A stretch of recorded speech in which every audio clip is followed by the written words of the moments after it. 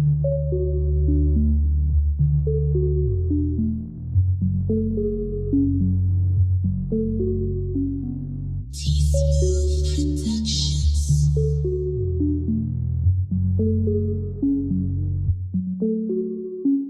jazzy.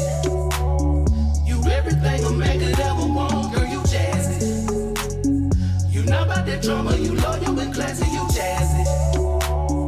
And all these other niggas shoot the shot, but you ain't having it, girl, you jazzy. And I love you to the moon and back, baby, girl, you jazzy. You everything a man could ever want, girl, you jazzy. You not about that drama, you loyal and classy, you jazzy. And all these other niggas shoot the shot, but you ain't having it, girl, you jazzy. And I love you to the moon and back, baby, girl, you jazzy. Yeah, I'm talking about you, baby. I gotta tell it all. And if any niggas speaking bad about you, they better knock it off. You been so good to me. Love the way you try to thing on me. And I love how you take care of me. It's like magic when you put the hands on me. Now, baby, you know it's real. Cause I told my mom about you. And none of my homies have any doubts. They all know I'm crazy about you. So you never putting on. Love it how you keep it real with me. Kidney disease secondary to diabetes. After 2 failed grafts, I'm back in the hospital, y'all. Have to have another procedure. But guess what? My new doctor is a brother. And he fly. Say hi, Dr. Ndugu. Hey, you mind not recording so I can examine you? Oh, right, of course. Gotta go, y'all. Kisses. Sorry, gotta keep my followers happy. I used to be a travel influencer, ventured around the world, but now I'm diabetic bae, which is way less exciting, so I gotta get content where I can. Well, today won't be too exciting, I'm afraid. I'll be inserting a catheter into your chest to help you start dialysis. How long have you been diabetic? Years now, but I was able to manage it until I was visiting. Hey guys, welcome to the Jazzy Mango Red Carpet Lounge. Today we have an amazing actress. I know you have seen her on so many films, so many TV shows, and she is out here and about here. Welcome, Miss Chantal Maurice, to the building. Hello, hello. Thank you so much for having me. I appreciate you so much for joining us on the Red Carpet Lounge. And girl, I'm telling you, on this show, we get into it, we dive in deep, and I know you're the right person for it. I'm ready. I feel like you have a different hairstyle every time I see you. And I'm like, how does she have time to like do so many different cool things with her hair? It's not real. That's not true. Yes, it is. So this style is permanent as of October of 2021. So a lot of my pictures and my marketing materials were taken in the beginning of 2021. Gotcha. So for the past 6 months, my hair has literally been the same, and it will be the same because these are starter locks. So I'm starting my Loc Journey. I love it. I wanted to lock my hair for a really long time, like a really long time. But everybody kept telling me, no, you can't do that because of your career and da da da da. So I typically were like, once COVID started, I was really just trying to do protective styles that somewhat mimicked locked hair because I knew that that's where I was going to transition to. Right. But yeah, like I just made the decision to just go ahead and do it. So once they lock and mature, I'll get new headshots. Gotcha. Yeah. So I mean, literally, I've always had like different kind of headshots showing different hair because like you said, we have to put on wigs and different things for different roles. So I've also kind of let that go too with auditioning, where it's like now, unless my hair is just, it needs to be retwisted or something, I'll audition with my hair naturally the way it is because they can always throw a wig on me when I get on set or after I book the job. Absolutely. Absolutely. I do want to kind of touch on that. I want to say, like, what inside of yourself made you okay? Because you did mention like people were saying maybe you wouldn't get certain roles because of how you have your hair. And that's just really unfortunate. You know, even, you know, workers that do 9 to 5, it's unfortunate that us as Black women have to be concerned of something such as our hair, like taming it down or it being manageable. So like you as a Black queen, a Black actress, a Black producer, you know, how do you feel you can just go about that to kind of break the mold of it? Well, it took time. I know that's putting a lot on you, but you know. No, it's not. But I will say that it took time. I wasn't always in this space. So I was the actress who got the manager, and he told me that I needed pictures with straight black hair. I don't like black hair on me per se. I don't usually like straight hair. I usually have curls or something different. But I did what he said because he was a manager in the entertainment business. And I'm like, he knows what he's talking about. So I compromised what I wanted. I took the pictures that he wanted me to take. And multiple other reps that I've worked with as well, you know, and like I said, I didn't do the locks because I was so nervous of, oh, you're not going to book anything or you're going to typecast yourself and all those things. But it really just took a lot of personal growth because a lot of times that's what is needed on this journey. Sometimes people think it's a class or they think it's a coach that they need to work with when what they really need to focus on is personal growth. So I had to focus on just becoming comfortable and confident with who I am, because who I am is who I am. It's what I'm going to bring to a role. But I will say that took time. It probably took me about a good 5 or 6 years, to be honest, just to get to a place where I'm like, I'm comfortable with me. This is who I am. I no longer feel like I have to fit into someone's box. I'm just going to, you know, just be who God created me to be. Absolutely. And bring that to this industry. And it's tough. It's challenging. You know, I mean, it's not easy. You know, being a woman, I'm not, you know, a slender size, you know, I don't have, you know, so it's like, it's one of those things where you're like, well, if I can look like this or act like this or be like this, then I'll book these type of roles. Absolutely. And I just had to get really clear with what my purpose is, like why God gave me the gifts that I have and the people that I'm supposed to reach. And just focus on that and not focus on, well, this person is doing this and she's blowing up, or, you know what I mean? So I really just had to center in and just sit with myself and get comfortable with myself. Absolutely. I feel like that's so important. And you mentioned a lot of different things that I want to touch on because you have lost a lot of weight. I have seen your transition. You probably don't remember, I met you first on Holiday Heartbreak, which was done by Tiffany Yancey and, you know, Tressa and all of them.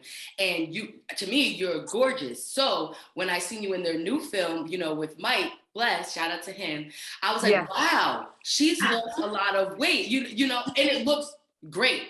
It looks great. And I always tell people all the time, like, if I feel comfortable with myself, no matter if I'm 100 pounds or 200 pounds, it doesn't really matter what you all think as long as I'm at my goal and where I want to be. Right. So I just want to hear that from you. Was that looking within yourself saying, hey, I want to lose weight to be healthy, lose weight to be who I'm trying to be? Yeah. So, you know, just to be really candid, I've struggled with my weight all my life, like since I was like in middle school. So that's always been something that has just been a challenge area for me. And I had to, again, go a little deeper to be like, well, what's happening here? Like, what is really going on here? What is the relationship that I have with food? Like, it's deeper than surface. Absolutely. So within me kind of just working on myself, like that was an area that I needed to be more disciplined with, was with my nutrition and my food. You know, I'm an active person. I'm a dancer. I love movement. I have no problems with exercising, but just getting that push that I needed. So, you know, when we shot Holiday Heartbreak, like it was in the center of the pandemic. Like I was just at home eating everything, drinking everything. So not expecting to actually be working during the pandemic. So once I booked that film and watching it back, I was like, okay. I still, you know, love me and love the way I look, but I wanted to like just kind of tone up, and because the camera adds weight, like girl, the camera, and I'm like, now they can't. You know, the camera adds a good 10 pounds. So I'm like, well, I need to lose those 10 pounds so that when the camera adds them, I'll be okay. Yeah, absolutely. Yeah. So that was that. I commend you for that, because it's like on my show, we like to like talk about what really goes on in our lives, because at the end of the day, we are real people, and people don't get to see that because of our Instagrams or our movies and our films. They don't know at heart, we go through depression. We go through, you know, body dysmorphia. We go through, you know, a lot of things mentally in this industry that people don't touch on. And I appreciate you sharing that. I appreciate you saying like you were in your journey. It was the pandemic, you got booked, which that was a blessing alone. Yeah. And then, you know, you looked at yourself and you said, you know what, I can do better. There's nothing wrong with me. I love me. I love how I look. But for myself, in myself alone, I got a different vision for me. And I commend you for that, because you can only change you when you decide that. And I just feel like your spirit just is different. You know, I mean, your spirit is just so warm when I see you, you know, see you on your interviews, when I see you on the camera, when I see you, you know, doing your Instagram live. I just love it. It's just Black magic all around you. And I just want to say that your spirit touches a lot of people, and you are being an example for a lot of us Black women that haven't seen ourselves on screen, haven't seen thicker actresses with real talent, not used to, you know, sexualize their bodies to be taken serious. So I just want to say I commend you with that. I really Thank you. Wow, that was powerful. Thank you. I appreciate that. You're absolutely right. So also, I just wanted to talk about, so during the pandemic and on your journey, you decided you wanted to kind of create your own lane.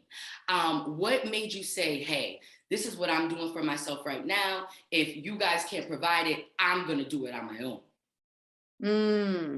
In terms of my own lane, in terms of coaching, filmmaking? Yes, in terms of coaching and filmmaking, yes. So actually, I started both of those journeys prior to the pandemic. Gotcha. So I wrote and produced my first short film, I believe in 2016 or 17. Okay. And then I did my second film, 2018. Okay. So in coaching, same thing. Like I lived in New York for 7 years. I worked at a prominent acting studio in Times Square. And at that acting studio, I started out as an intern, moved up to front desk receptionist, and then they promoted me to be a career consultant. Now, at this time, I didn't have any TV credits. You know, I mean, I started acting when I was 10. I, you know, got my bachelor's degree in theater, went to a conservatory for some time. So had the training, had the experience, but it's one thing to be coaching other actors and you don't have TV credits, because that everybody wanted to book TV. Yeah. So I was like, I can't take this job. I can't take this position. And my manager was like, no, people are able to relate to you. It's not about that you haven't booked XYZ yet. People just feel comfortable with you and they can relate to you. So I became a career consultant back in 2000 and I want to say 15. Okay. At this acting studio in Times Square. And so after working there for some time and being a consultant and really helping other actors and sitting down with them, working with them on their careers, I started booking myself. And it got to a point where people were like, okay, hey, can you help me with an audition? Hey, I want to run some lines with you. You know, so I was informally coaching people on my own outside of the studio when I left the studio. And so when I was in New York, it was something that I was doing, but I wasn't really putting a lot of energy into it. Like I would meet people at coffee shops and we would coach and things like that. But when I transitioned to Atlanta at the end of 2018, Atlanta gave me the space to really go full-fledged with this business. So I already had the name Costar Coaching. I, you know, already had a tab on my website, like all these things, but I just wasn't really pushing it. And I wasn't really pushing it because honestly, I didn't want to do it. Right. I didn't want to be a coach. Right. My ego was getting in the way, because in my mind, none of the actors that I admire and look up to are coaches. Maybe they are, but they don't promote it or advertise it. You know, the only person that I know that is a coach and an actor is Tasha Smith, and she has her own studio. So at that time, I really fought it. I was like, if I start coaching people, it like imposter syndrome kicked in. Like I don't have enough TV credits, or I don't have the biggest credits. And also it's like, there's that saying, those who can't do teach, which is a horrible saying. But, you know, I was like, well, if people are going to look at me as though I didn't make it, and that's why I'm coaching, like all these things that I, you know, thinking about what other people would perceive me as. And when I got to Atlanta, I really couldn't run from the calling anymore, because that's what it is. Like people think that like coaching is, you have to be called to teach people and to coach them. It's not just something you can pick up and do. And it's a gift. It really is a gift that I have, just to be able to work with another actor and just kind of like help them with character development, help them with their auditions, help them just in different ways. And so once I surrendered to my purpose like that, because I'm like, well, I want it to be all about me. I'm the actor. I'm the star. Right. I'm out here studying and auditioning. Right. And so I was operating out of ego. Like, but once I just said, okay, God, this is clearly what you want for me. I'm clearly a part of my mission is to help other people. And once I just kind of like became okay with that, then a lot of things started making sense. I always just kind of felt like, I should be here right now. Or I started with this person and they're doing these things and I just don't feel like I'm there yet. And I felt like I was just experiencing so many pitfalls and tribulations along my journey. And then once I finally accepted the calling of being a coach, I realized, okay, I have to go through things so that I can help people. Because had I got famous right out of college, other actors wouldn't be able to relate to me. I wouldn't really be able to coach people. I wouldn't be able to talk people through moments of hardship and, and struggle because I wouldn't have experienced that. So all the things that I was going through, I was like, oh, okay, everything is making sense now. Like this is a part of my journey. The hardships and the time that it's taking and all this is so people can relate to me and I can help and coach and inspire other actors. Absolutely. So yeah. I want to touch on so much of that because a lot of the times we do get into our own way. I always say, I pray to God every night. I say, God, please align my plan with yours. Because that's so powerful because sometimes we think our plan is something else and God has a different vision. And he's hilarious God, I always say, because he always brings it around to put it back to your purpose. So like you said, you had to go through your struggles, your trials and tribulations to get you through this. And the connections that you met through coaching probably were able to give you what you wasn't getting in the beginning. Because it's just so funny who you meet, who's watching you, who's looking at you, and you'll be doing something, putting your money, hard work into one thing else. And then when you switch and he'll bless you, like now you were able to do something you love. You were also able to capitalize off of it, get some income from it to help us out.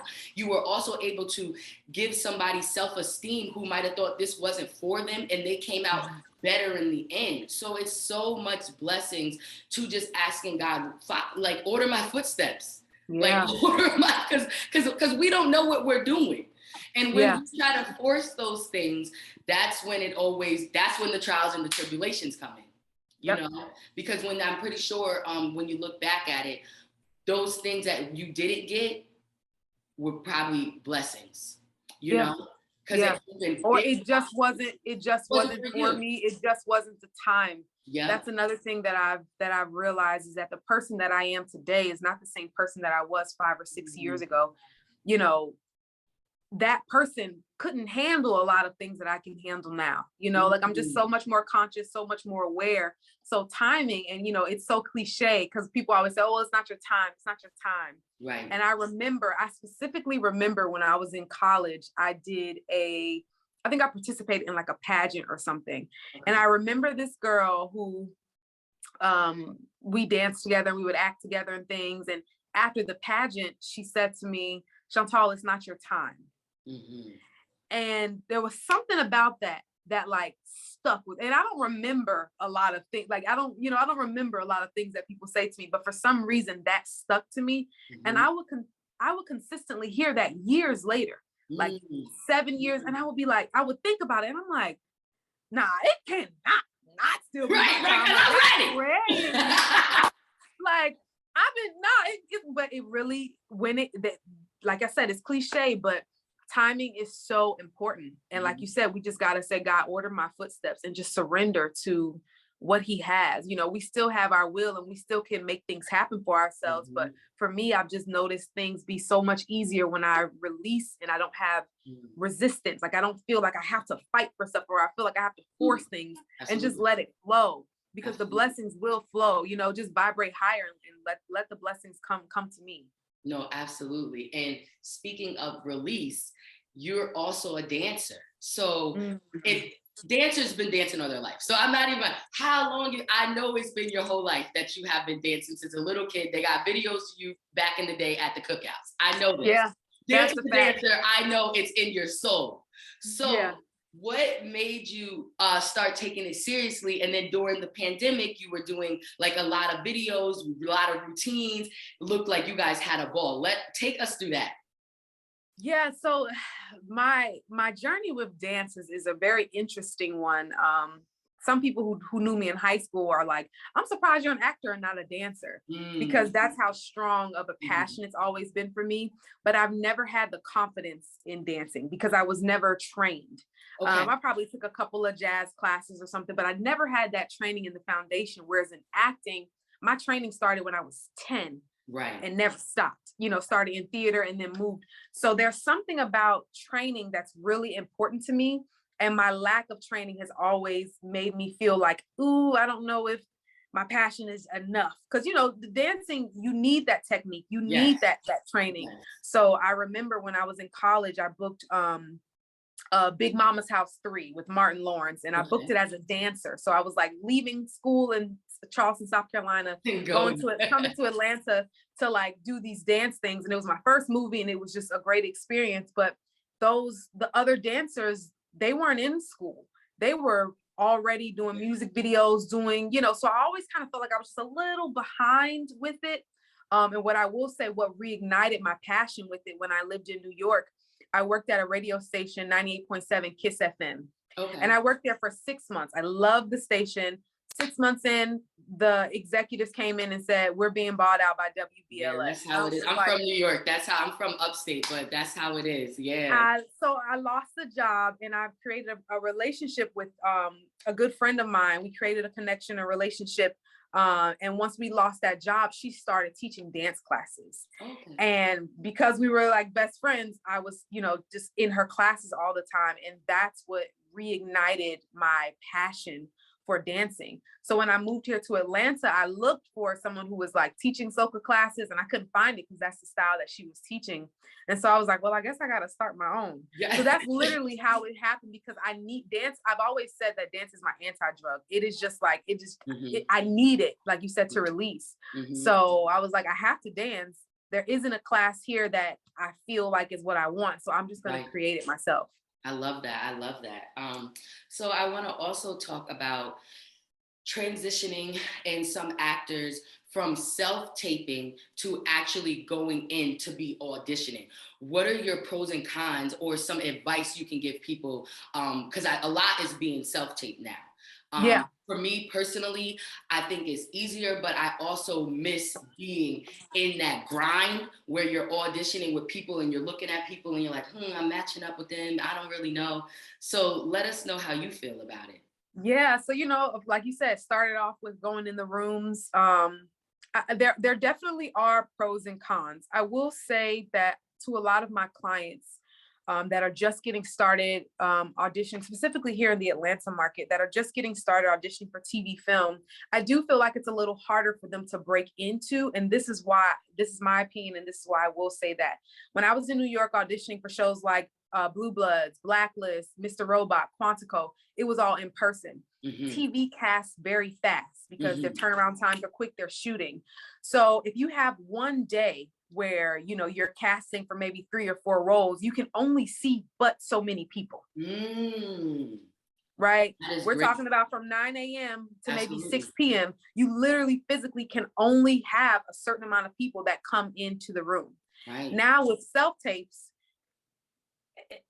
everybody can submit. Right. So I feel like during the time where there were in-person auditions, specifically for television auditions, it was a little bit easier to connect to the casting director. The associates, they were in the room with you, they were reading with you, they were the ones pressing record on the camera, they were the ones giving you the redirection. So after an experience like that, if you and I are in a room together only for 5 minutes, I'm not going to forget who you are. I know who you are because we had that in-person interaction. So I do think one of the cons, in my opinion, is that it takes a little more time to create a relationship with the casting director now, because instead of 40 people that they're seeing for a role, now it's 100, maybe 60. You know what I mean? So it's a lot more. The numbers have increased. But the part I like about self tapes is that you don't have to see who else is being called in for the role. You look to the side and there's somebody who's already on TV that you're like, oh my gosh, now I might as well leave. This person is here. You don't have to worry about those things. You can be comfortable in the comfort of your own home or in a self-tape studio with someone that you know and trust. you don't want to do the audition too many times. You don't want to do the take over and over and over, because you got to remember, if you were doing an in-person audition, you wouldn't get that opportunity. Absolutely. You would get maybe 3 or 4 takes and then that's it. Right. So I think that self-taping is a very great thing, but I think it's important that we actors treat it as though it's an in-person audition. Mm-hmm. Don't come to your self-tape appointment not knowing your objective, not knowing, not having done your character development, not knowing, should I wear this shirt or this shirt? Well, you should know that already, because if you were coming in person, you would have to do that, So I think I definitely miss the interaction and the connection with meeting people face to face with the in-person auditions and having them remember you. Right. But you can still create self-tape auditions that are memorable. Absolutely. So you just have to be, you just have to be consistent and really just honor the opportunity. So it's like, be grateful for the self-tape, do the same homework, do the same work that you would normally do, and then release it and let it go. Absolutely. Just as you would if it were an in-person audition. And now, is this something that you offer with your company, Costar Coaching? Do you offer taping self-tapes for people as well, or teaching them how to do it correctly? Yes, so I do in-person audition coaching. I also do virtual audition coaching with my clients. An hour and up. I don't do 30-minute sessions. My associate Hadi, she does 30-minute sessions, but anything an hour and up, I do. I have a studio here in Atlanta, so I coach the actors, then put you on tape. If you're not in Atlanta, we can do Zoom coaching, and then you can have your setup at home, and I can read with you for your audition. And I also have some freebies coming out that are going to just be helping actors just level up their audition game. So be on the lookout for. Yeah, I was just going to say that. Definitely keep me posted so I can let everyone know that's exciting. Yes. Guys, that is a gift. Like, let me tell you, that is a gift to do. So we appreciate that.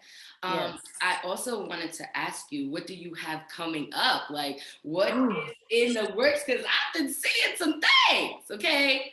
Yeah. So, as you said earlier, I shot a film, Strange Love, earlier this year with Country Wayne, right. Mike Bless, Marquita Going. So I'm looking forward to that film coming out. And actually, I really wish I could say more about this opportunity. I really do. But I'm going to be working on a new TV show as one of the lead characters. But I love that for you. I'm not able to talk about anything just yet. It hasn't been released. Okay. So yeah, but I'm going to be working on that really, really soon. So I'll be able to talk about it probably in we'll bring you back on. We'll bring you back on. Okay, so all right. So what you've been doing TV for a while, you've been doing movies for a while. Do you have a favorite? I like TV because it's constant. Movies, are still good as well. But do you have like a preference, or, you're fine with either or? I have to be really honest with you. My preference is being on stage. Love it. Okay. Theater. Talk to me. That's where I started out at. My love-hate relationship with theater is that I was never able to really make any money. So as a young actor in New York, it was like, if you wanted to become equity, you could go on these tours, but I didn't want to leave New York. I just felt like, I'm here. I want to stay here. So I'm not equity. So I'm not in the theater union. I'm SAG-AFTRA. I'm in the TV film union. So I would love to be able to get back on stage. It's just really challenging with like rehearsals, and then sometimes the pay just doesn't. But I want to get to a place where the money doesn't matter, because being on stage, to me, that's where the real acting is. Like, that's where you really get to sink your teeth into a character. There's no cut. There's no extra take. Like, absolutely. It is real and it is raw. And so I really am manifesting the opportunity to be on stage in an amazing show written by preferably a Black woman playwright.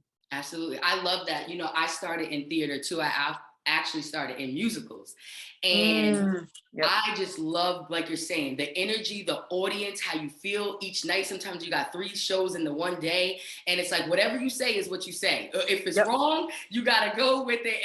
And I feel like the best actors come from theater, because you can just turn it on and off. When I got to TV and movies, it was like, oh shoot, I could do this again. Like I'm coming there with all my lines and everything, and I'm looking at people like, wait, they don't have their stuff memorized into point. You know, I'm like the luxury, but absolutely. So I was gonna ask you another thing as an actor. Now that you are SAG or you've been SAG, are you able to do independent films because of the union? I know a lot of people ask me this all the time, and from my understanding, it's no. But you might know more information than me. I know for me it's the same SAG, and I know I haven't yet done it. I am eligible, but I didn't know if I wanted to not be able to do some independent film. Right. So maybe you can kind of give us, you know, some knowledge on that. So number one, just because a film is an independent film does not mean that they're not operating under a SAG-AFTRA contract.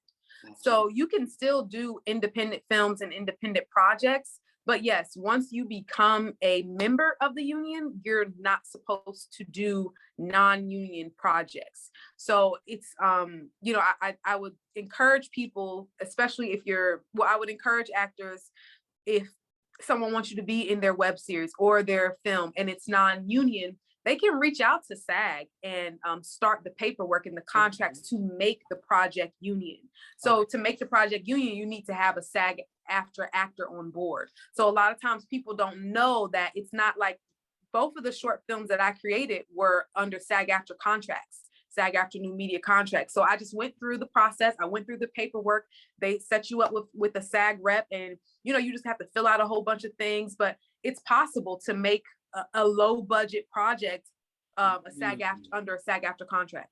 I really appreciate you letting us know that knowledge, because you know a lot of people don't know. So I just like to, you know, help people and help them learn different things about the business, because that's so important. You talked about trial tribulations. Can you share to us maybe one of your lowest points in this industry? Ooh, man, I will. I feel like a lot of people don't really share things like this. People only share the highs and the highlights. So there was a series that I really wanted to be. Actually, I have a couple. There was a series that I really, really wanted to be on. That happens a lot. But I was familiar with the showrunner, and I just was like so excited to be a part. You know, I just wanted to audition for it. Right. And I got an audition. Okay. Slayed it. I got a call back. I was like, I'm in this. Didn't hear anything after the callback. Then I got another, and the callbacks were in person with the showrunner, the writer. So I was just really excited. We connected at the callback. Like she remembered something that I had done years ago. And then I auditioned for another character, and then I didn't hear anything. And then my agent reached out to me and she said, hey, so the writer of the show wants to offer you a role, but it's one day, you know, it's a Costar. It's you know, Costar meaning like typically 5 lines and under, even though that has changed tremendously, but typically your smallest roles in a television series, not an extra or feature or anything like that. The character is speaking, but it's not like they're not coming back the next episode or anything like that. They're typically in one scene. And so I was like, man, I was like, well, should I hold out and wait for a bigger opportunity? Because I really want to work on this show. And at the time they were like, well, casting said, we don't even know if this series is going to get a season 2. So if I were you, I would just go ahead and take the role. So I was like, okay, well, I get a chance to work on it. Something is better than nothing. A couple of days before I was supposed to film that role, production reached out to me and said, hey, or casting actually reached out to my agent and said, hey, the actress that they hired to play the first role that I auditioned for and had the callback for can no longer do it. So now the role is Chantal's. And I'm like, and this is a recurring role. And I'm like, oh, this was the role that I wanted. It was like, yes. So ultimately I was like, I booked it. Like I got the role. Like instead of being this, you know, one scene role, I'm going to be in multiple episodes of this show. And I was just so excited. And I filmed like one episode. And then after that, I didn't know this at the time, but the original actress came back. Oh I think there was something that she was working out with her schedule. Okay. But at this time, I didn't know anything. Wow. I was just ready to go back and shoot the next episode. So I reached out to my agent. I'm like, hey, just checking in. It was the most money I had ever made on TV. Like it was like a weekly contract. I was really excited. And my agent gets back to me and she's like, Chantal, I don't know how to tell you this, but you no longer have that role. And I was just like, you know, in my brain, I'm like, oh my God, I got fired. Maybe my acting wasn't good. Was something wrong? Like because I didn't know anything. And it wasn't until later that I found out that the original actress came back and they were able to kind of shift it. And they just gave my character a different name and she came back. So during that time, I literally thought, because I didn't know that somebody had left. I didn't know what happened. I just knew I got the job out of nowhere. I was shooting the next day and then I didn't have it anymore. So that was a time where I didn't understand. I was just like, this was it. Like, this was the moment. This was the show. This was the opportunity that I just have been praying for and waiting for. And when it got taken, I was just kind of like, I was heartbroken because I just didn't understand. I was like, oh my God, I must be a horrible actor. Like you know, they must have fired me because I was just so bad. And so you were probably really going through it. Yeah. Oh, I was going through it. I started internalizing it. And it's like one of the 4 agreements that you can't take things personally.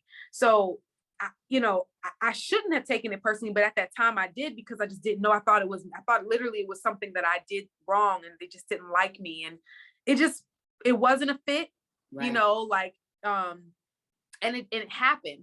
So that happened to me. I have a lot more, but I'll share one more. There's another show that I really, really wanted to be on, an Apple TV series with Samuel L. Jackson, The Last Days of Ptolemy Gray. Okay. And if you haven't seen it, please check it out. The character work on that show is so phenomenal. Samuel L. Jackson does a phenomenal job. Dominique Fishback does a phenomenal job. And I auditioned for probably 7 different roles in that series. Okay. I had a callback with the director for one of the roles. Like, it was just, I was like, oh, I'm gonna book something. Something is gonna happen with this show. Not a role, not a one thing. But when I watched the series, every person that's on there was supposed to be on there. I was gonna ask you that. Those were their roles. That was for them. It wasn't for me. So as much as I wanted to be a part of it because I knew it was going to be a beautiful project, I knew the acting was going to be phenomenal. It wasn't for me. So because I've experienced things like that, that's why I'm able to connect with actors who are trying to book their first TV credit or have booked the TV credit and just need guidance. And because I've been through so many things, you know, I'm able to just kind of help guide other people and help other people know you are not alone. A lot of times in this industry, we can feel like I'm the only person going through this. I'm the only person experiencing rejection. I'm the only person getting so close, but then getting knocked back down. And it's like, you're not the only person. So I think just being able to offer an ear to other actors, you know, is also a part of my purpose too, just to make people feel seen and heard and say, okay, somebody understands what I'm going through, and for me to encourage them to keep going because I kept going and I keep going. Absolutely. Chantal, this interview has just been so amazing. I appreciate you so much for taking your time out to come onto the Red Carpet Lounge. And I know that you have inspired and also touched so many entrepreneurs and actors and actresses, because a lot of the things that you talked about is like, we do feel alone, you know, and I know for a fact that you are teaching somebody else. And I'm so grateful for your company. I'm so grateful what you bring in the entertainment business. I'm so grateful for your spirit. And I wish you nothing but the success that you are already getting and will get. And just keep on climbing, girl, because we are watching you. We really are. Yes. And I'm that same success for you too, Queen. Absolutely. I appreciate it. So let everybody know where they can follow you, your company website, how they can get in contact with you as well. Yes. So website, costarcoaching.biz. We're on Instagram, costar_coaching. You can follow Costar Coaching there. Like I said, we're going to be dropping some training videos coming out soon. So I'm really looking forward to that. And you can also check me out. My website is my first and last name, chantalmaurice.com. That's just my Instagram name as well. So yeah. Awesome. And guys, I will put that in the description when this episode airs, so you guys will be able to get in contact with her ASAP. Also, thank you for tuning into the Jazzy Mingo Red Carpet Lounge. This is your girl, Jazzy Mingo. Make sure to check out my new movie, Trophy Wife, which will be airing on BET Plus April 28th, guys. Definitely let me know how you like it. I play London. She's a spicy character. So Get ready. It's going to be amazing. And if you guys are looking to be on the show, definitely contact me at Jazzy Mango, BCE, that stands for Black Carpet Entertainment, at gmail.com. I love you guys and appreciate you. Guys, let's go. You say you love me, but your game's off. You say you need me, but your game's off. You say you want me, but your game's off. You say you want my man. You say this is a plan. I am so sick of Mark and his lies that it has my anxiety at an all-time high. Have you felt the urge to harm yourself? You have no idea. Dinner. Mm-hmm. It's not what you think. Smells like another one. You're gonna drive yourself crazy. I told you I was talking with different investors. Holden's not for sale. I'm selfish? Yes, I am tired of her antics. Have you talked to Mark? A body washed up on the shore, and we've confirmed it is indeed your husband.